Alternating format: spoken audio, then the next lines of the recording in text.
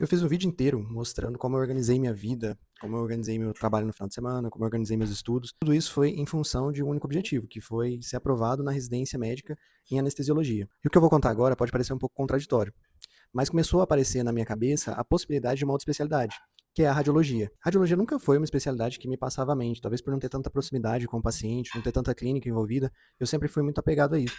Mas o fato é que, como eu comecei a trabalhar e vi que os plantões podem ser muito desgastantes, comecei a perceber também que você querer um trabalho que seja mais sustentável a longo prazo, um trabalho que não vai gerar um desgaste emocional tão grande, pode ser uma alternativa também. E eu acho que explorar a especialidade diferente pode ser o resultado direto de toda a minha experiência na medicina. Pode ser o resultado de tudo aquilo que eu vi que eu quero pra mim e aquilo que eu vi que eu não quero pra mim. Aquilo que eu consigo tolerar e aquilo que me faz mal, que eu não consigo tolerar.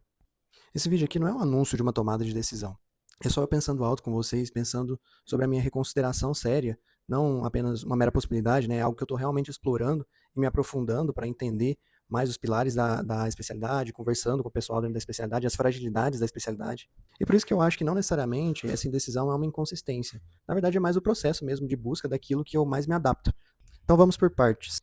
Primeiro, eu quero falar um pouco sobre o que mudou para mim que trouxe a radiologia como possibilidade. Segundo, o que realmente me atraiu dentro da especialidade. Em terceiro lugar, os lados difíceis da especialidade, que ninguém gosta muito de falar, mas que a gente precisa encarar antes de tomar a decisão sobre a especialidade. Quando eu escolhi seguir a anestesiologia, foi porque eu, ainda dentro da residência de intensiva, pude viver um mês naquela rotina. E eu vi que a rotina lá era muito menos estressante, que era uma especialidade mais bem remunerada, que a gente trabalhava majoritariamente com pacientes eletivos, um ambiente mais controlado, né? Menos criticidade, pacientes menos críticos, né, do que os da UTI. E você ficava com um paciente por vez, você não ficava responsável por 10 pacientes, né? Também não tinha aquela convivência direta com os familiares, aquela sobrecarga emocional que os familiares colocam na expectativa de melhora do paciente, né, e tudo aquilo. Então eu enxerguei a anestesiologia como uma válvula de escape, mesmo como uma saída da especialidade. Eu vi um caminho melhor, então eu falei, então eu vou sair realmente por aqui. Foi essa a minha determinação de tomada da anestesiologia.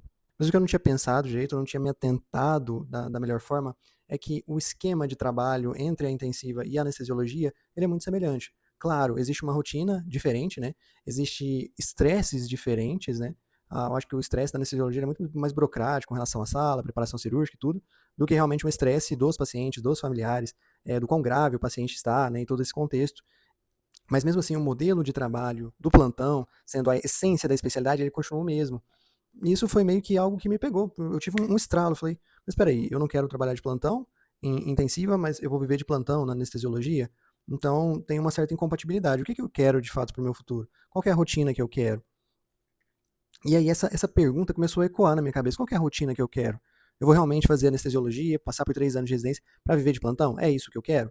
Na verdade, é que não se trata de dar conta, né, de cumprir uma certa tarefa, de trabalhar de determinado modelo. Eu dou conta de dar plantão, até hoje eu fiz basicamente isso, eu dou conta de trabalhar nesse modelo. Mas o que me vem à cabeça é o custo que isso me traz, entendeu? Tenho visto que o custo que isso me traz é muito alto, então ataca muito meu bruxismo, ataca muito a minha ansiedade, é um ambiente que não me faz tão bem, igual eu imaginei que fizesse. Nesse sentido, outras especialidades que não estão sempre no modelo de plantão, que elas têm e apresentam outros modelos de trabalho, elas começaram a apitar na minha mente. Eu fui pensando em cada uma delas, fui repensando, na verdade. E aí, nesse momento de estudos que eu estou agora, eu tive um certo tempo para observar os meus padrões, observar aquilo que eu gosto. Eu tenho visto que eu gosto da rotina de estudos, porque é um ambiente que eu estou sozinho, é um ambiente que eu tenho silêncio, que está controlado, que eu consigo manejar a minha rotina, então eu consigo estudar por 6 horas, ir à academia, depois estudar o restante do tempo, eu não preciso estar dentro de um local, eu posso fazer isso de uma cafeteria, posso fazer isso da minha casa, posso fazer isso da casa da minha mulher, eu posso fazer isso de diversas cidades, então eu não estou preso, né, em uma determinada localidade. Isso também saltou meus olhos, também me chamou a atenção. E se eu parar para pensar e voltar atrás, eu sempre me senti melhor em ambientes mais quietos. Eu sou uma pessoa introspectiva, sou uma pessoa que gosta de estar ali fazendo o meu trabalho, não preciso de um mega reconhecimento, eu não preciso de nada disso. Eu sempre funcionei melhor em ambientes mais quietos, mais analítico. Eu tenho notado que essa questão de tomada de decisão entre vida e morte e aquela pressão que tem muito nos plantões de UTI, nos plantões de emergência, eles têm sido muito tóxicos para mim, então me faz muito mal. Por mais que eu consiga manejar naquele momento, consiga raciocinar, isso não é impeditivo, depois aquele estresse, aquela sobrecarga vem todo para mim, e eu não consigo dormir direito, eu tenho bruxismo, minha ansiedade ataca, então eu tenho pior, e eu tenho cefaleia, então eu acabo sofrendo com mais cefaleia de repetição. Então é algo que mais me prejudica do que me beneficia a longo prazo. Talvez no momento ali da emergência seja até bem interessante, inclusive mas o pós e conviver o tempo todo com isso é extremamente desgastante. E aí você tem que pensar, é isso que eu quero pro meu futuro mesmo? Eu acredito que isso tem que ser visto não como uma fraqueza, mas como o seu perfil mesmo. é quem você é quem nós somos.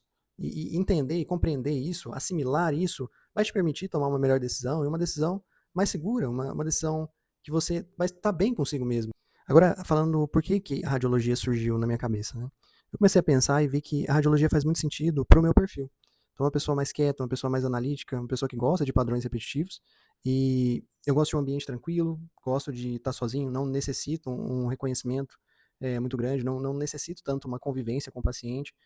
No meu atual momento, não é uma coisa que eu torno um critério obrigatório, né? Não preciso de uma relação longitudinal com o paciente. Eu prefiro, na verdade, uma relação objetiva com o paciente, resolutiva, né? Fazer o meu exame e pronto, sabe? Não ter esse acompanhamento, eu não prezo por isso atualmente. Tem um ponto que chama muita atenção na especialidade, é essa flexibilidade dos modelos de trabalho. Então, o radiologista pode trabalhar realmente dando plantão, estando ali em loco mesmo, e laudando e fazendo os exames de urgência. Ele pode trabalhar de casa, na teleradiologia, ele define horários em que ele vai laudar os exames. Ele pode laudar de qualquer lugar da casa dele, de uma outra cidade, enfim, de qualquer localidade. Existem também possibilidades de radiointervenção no futuro, que seria uma subespecialidade também. Você pode trabalhar com agenda de ultrassom, então você pode tentar montar uma clínica de ultrassom e ficar fazendo agenda de ultrassom. Então, essa versatilidade dentro da radiologia, ela me parece muito interessante. Você conseguiria ter jornadas de trabalho mais flexíveis, mais previsíveis também. Você tem a possibilidade de estruturar a sua rotina de um jeito que ela não fique muito sobrecarregada, talvez flexibilizar um pouco mais. Isso é bem menos rígido que um plantão de 12 horas, que você tem que permanecer ali às 12 horas mesmo. Né? E eu tenho mudado muito a minha mentalidade no sentido de antes querer ser um médico incrível, saber de tudo, saber manejar as principais complicações, para agora me preservar, para pensar num pouco de qualidade de vida, pensar num trabalho sustentável a longo prazo, que não vai atrapalhar tanto a minha saúde mental, o que não vai me consumir tanto por dentro. Só que eu também não quero fazer esse vídeo vendendo a ideia de que a radiologia é um mundo perfeito, de que não tem defeitos, que é uma especialidade incrível. Eu, na verdade, ainda estou conhecendo a especialidade, né? Não conheço ela completamente. Mas se a gente for falar também dos pontos negativos da especialidade, o ponto mais importante aqui das fragilidades da especialidade hoje seria a inteligência artificial, que é uma ferramenta que está evoluindo muito nos últimos anos e ele já demonstrou uma capacidade de laudar exames. Então, quando o radiologista se ele se coloca exclusivamente como laudador de exames, ele acaba sendo uma pessoa facilmente substituível, né?